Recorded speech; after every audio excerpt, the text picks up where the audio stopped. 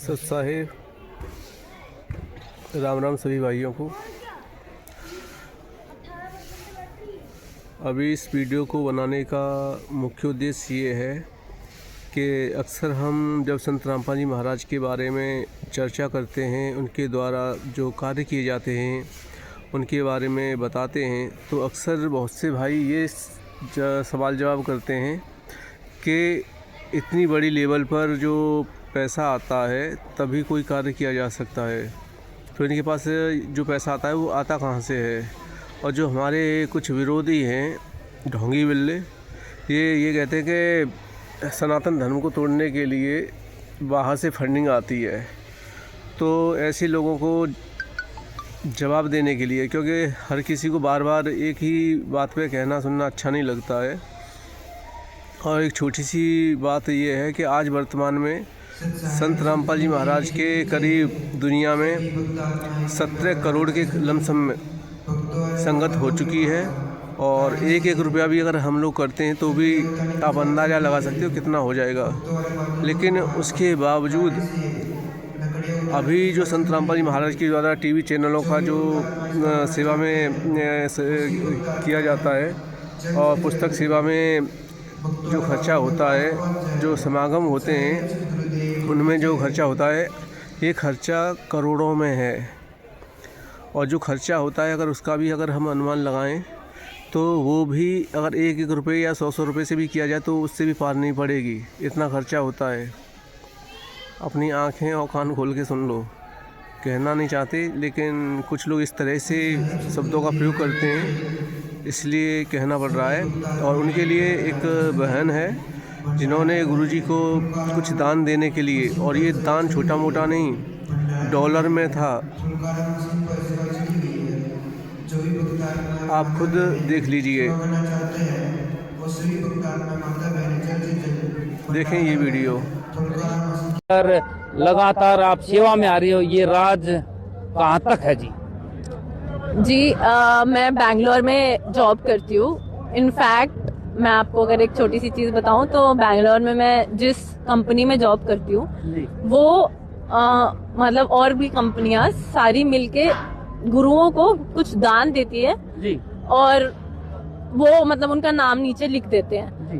तो मैंने जब पता किया कि हमारे गुरुजियों ने, संत रामपाल जी महाराज ने कितने लाखों लोगों के घर बना दिए, बेटियों को पढ़ाने लग रहे हैं, और अभी करोड़ों में नहीं अरबों में उन्होंने मतलब किसानों को बचाने के लिए पाइपें मोटरे का दान दे दिया, तो तब मेरे ऐसे मन में ये विचार आया कि अगर संत रामपाल, अगर इस मिशन में अगर मेरी कंपनी भी आगे आके मदद करना चाहे तो मुझे ये चीज पहुंचानी चाहिए गुरुजी। तो जब उन्होंने मुझसे ये चीज पूछी तो मैंने आगे जब मेरे पिताजी को ये बात बताई तो वकीलों के थ्रू उन्होंने चिट्ठी लिखी संत रामपाल जी महाराज को कि ऐसे ऐसे कंपनी इतना इतना डॉलर्स में दान देना चाहती है।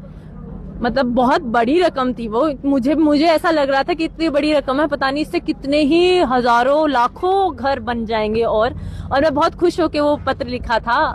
पर जब संत रामपाल जी महाराज का उस चीज पे रिप्लाई आया कि बेटा हम किसी जगत के भिखारी नहीं, हम कबीर सेठ के भिखारी, हम उस कबीर भगवान के भिखारी हैं, तो उस दिन मेरा बिल्कुल मन परिवर्तन हो गया था कि ये सचमुच एक बहुत ही अद्भुत शक्ति आई हुई है कि इतने बिलियंस ऑफ डॉलर्स उन्होंने ऐसे मना कर दिए, और सचमुच में ही ये मतलब भगवान ही ये चीज करा रहे हैं, क्योंकि किसी इंसान की बस की बात नहीं थी अरबों में ऐसे दान दे देना जी।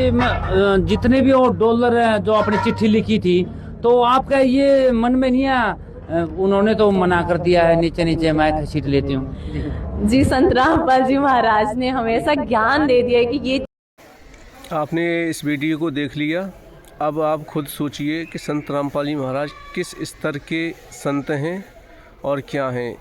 कम शब्दों में यही कहेंगे, वर्तमान में जो अभी आप एक साधारण वेशभूषा में जो जेल में अभी हैं एक इंसान समझें, वो बहुत बड़ी भूल है, क्योंकि आप लोगों को कोई ज्ञान ही नहीं। अभी आपने आज तक केवल ढोंगी और पाखंडियों से ही, धोखाधड़ी करने वालों से ही मुलाकात की है, उन्हीं से ही अभी आप तक रूबरू हुए हो। अगर आप संत रामपाल जी महाराज को समझना चाहते हो तो उनको केवल ज्ञान के माध्यम से ही समझा जा सकता है। परमात्मा को केवल ज्ञान के आधार पर ही जाना जा सकता है। उसके लिए आप संत रामपाल जी महाराज के द्वारा लिखित जो पुस्तकें हैं वो आप ले सकते हैं। अगर किसी भाई के पास में पैसे नहीं है तो वह मैसेज करके निःशुल्क पुस्तक मंगवा सकता है, कोई उसका चार्ज नहीं है।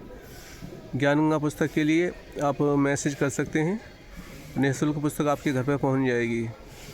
और टीवी पर भी, साधारण टीवी पर शाम 7:30 बजे से 8:30 बजे तक संत रामपाल जी महाराज के सत्संग आते हैं, उनको आप सुन सकते हैं। और दूसरी चीज़ है, जो संत रामपाल जी महाराज के यूट्यूब चैनल पर बहुत सारी वीडियोस आ रहे हैं संत रामपाल जी महाराज करके, और संत रामपाल जी महाराज ऐप भी आप डाउनलोड कर सकते हैं, वहाँ से भी सारी जानकारी ले सकते हैं।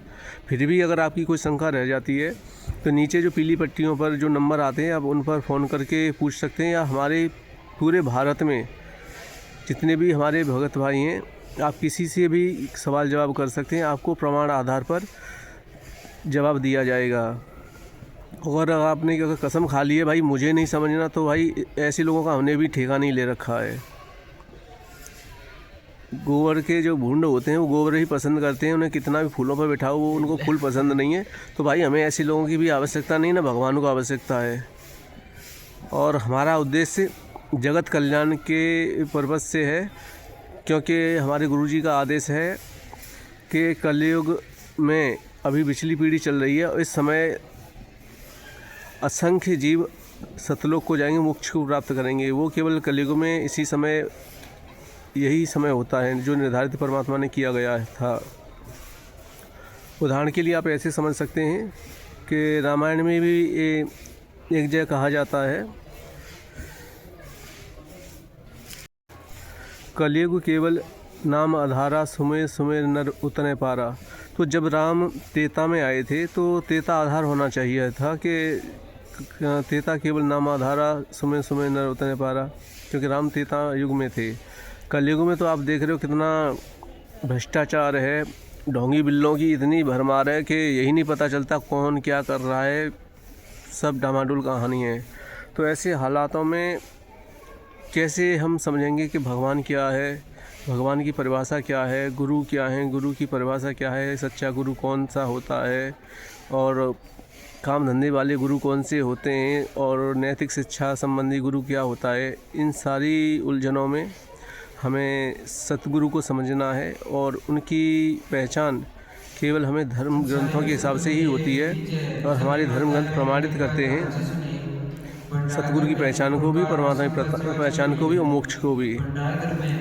तो आप सभी से मेरा हाथ जोड़कर विनम्र अनुरोध है कि आप संत रामपाल जी महाराज के जो वीडियोस हैं उनको देखिए और पुस्तक को पढ़िए। फिर भी अगर कोई आपके मन में वास्तव में अगर शंका है तो उसका समाधान हो जाएगा। सत साहिब, जय श्री राम, धन्यवाद।